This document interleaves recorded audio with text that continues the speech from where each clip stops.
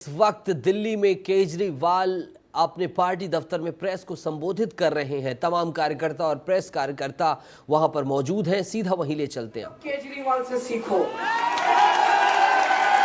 प्रधानमंत्री जी, भ्रष्टाचार के खिलाफ लड़ाई केजरीवाल ने लड़ी है।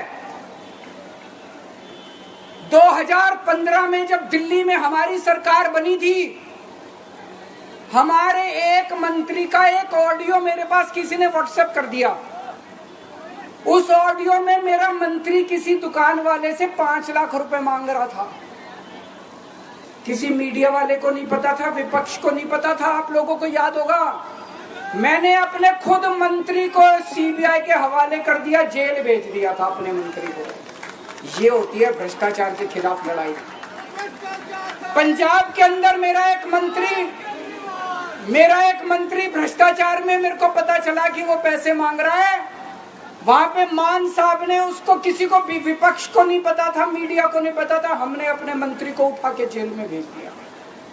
तुम देश के सारे चोर उचक्के डकैतों को अपनी पार्टी में शामिल कर लो और केजरीवाल को जेल भेज दो और कहो मैं भ्रष्टाचार के खिलाफ लड़ रहा हूं। तो आप भ्रष्टाचार के खिलाफ नहीं लड़ रहे प्रधानमंत्री जी। आप देशवासियों को बेवकूफ मत समझो।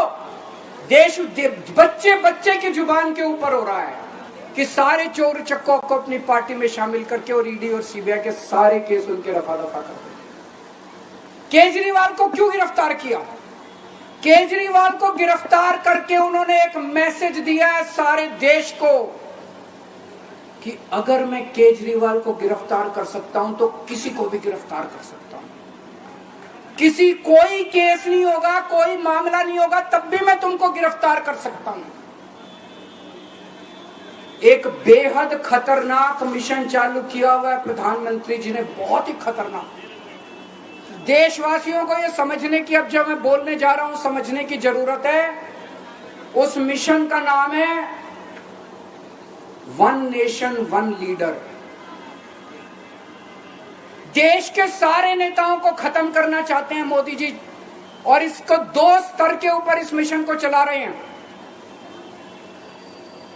जितने विपक्ष के नेता हैं उनको जेल भेजेंगे और जितने बीजेपी के नेता हैं उनको सबको निपटा देंगे, उनकी राजनीति खत्म करते जाएंगे, उनको सबको निपटाते जाएंगे। विपक्ष के अंदर आज इन्होंने मनीष सिसोदिया को जेल भेज दिया, संजय सिंह को जेल भेज दिया, सत्येंद्र जैन को जेल भेज दिया, केजरीवाल को जेल भेज दिया, हेमंत सोरेन को जेल भेज दिया, ममता दीदी के कई मंत्रियों को जेल भेज दिया, स्टालिन के कई मंत्रियों को जेल भेज दिया, केरला के सीएम के पीछे पड़े हैं।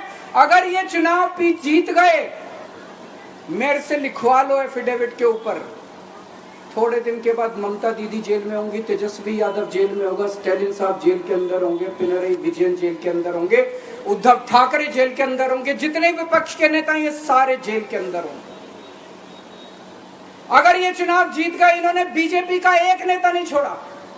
आडवाणी जी की राजनीति खत्म कर दी इन्होंने, मुरली मनोहर जोशी की राजनीति खत्म कर दी, सुमित्रा महाजन की, शिवराज सिंह चौहान जिसने मध्य प्रदेश का चुनाव जीत के दिया इन लोगों ने, शिवराज सिंह चौहान ने उसको मुख्यमंत्री नहीं बनाया, उसकी राजनीति खत्म कर दी। वसुंधरा राजे की राजनीति खत्म कर दी इन्होंने, खट्टर साहब की राजनीति खत्म कर दी, डॉक्टर रमन सिंह की राजनीति खत्म कर दी।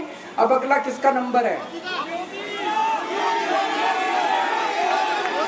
योगी आदित्यनाथ।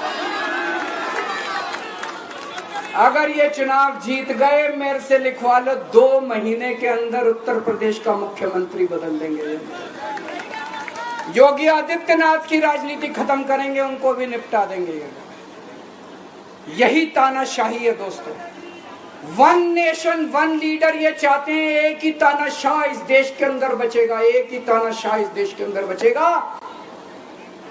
हमारा देश बहुत महान है, 4000 5000 साल पुराना हमारा देश है।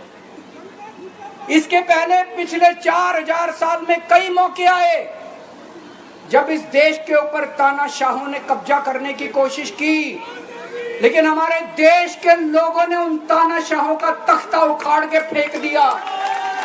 जब जब हमारे देश में ऐसा मौका आया कि तानाशाह ने हमारे देश के ऊपर कब्जा करने की कोशिश की, इस देश की जनता ने उसका तख्ता उखाड़ के फेंक दिया।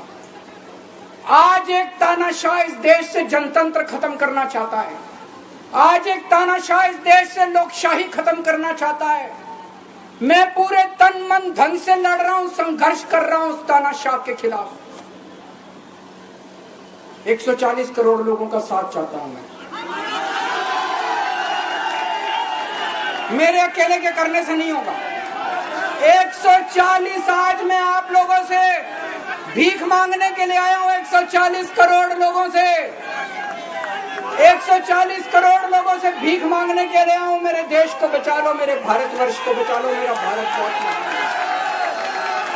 इस तानाशाही से बचा लो मेरे दोस्त, मेरे देश को।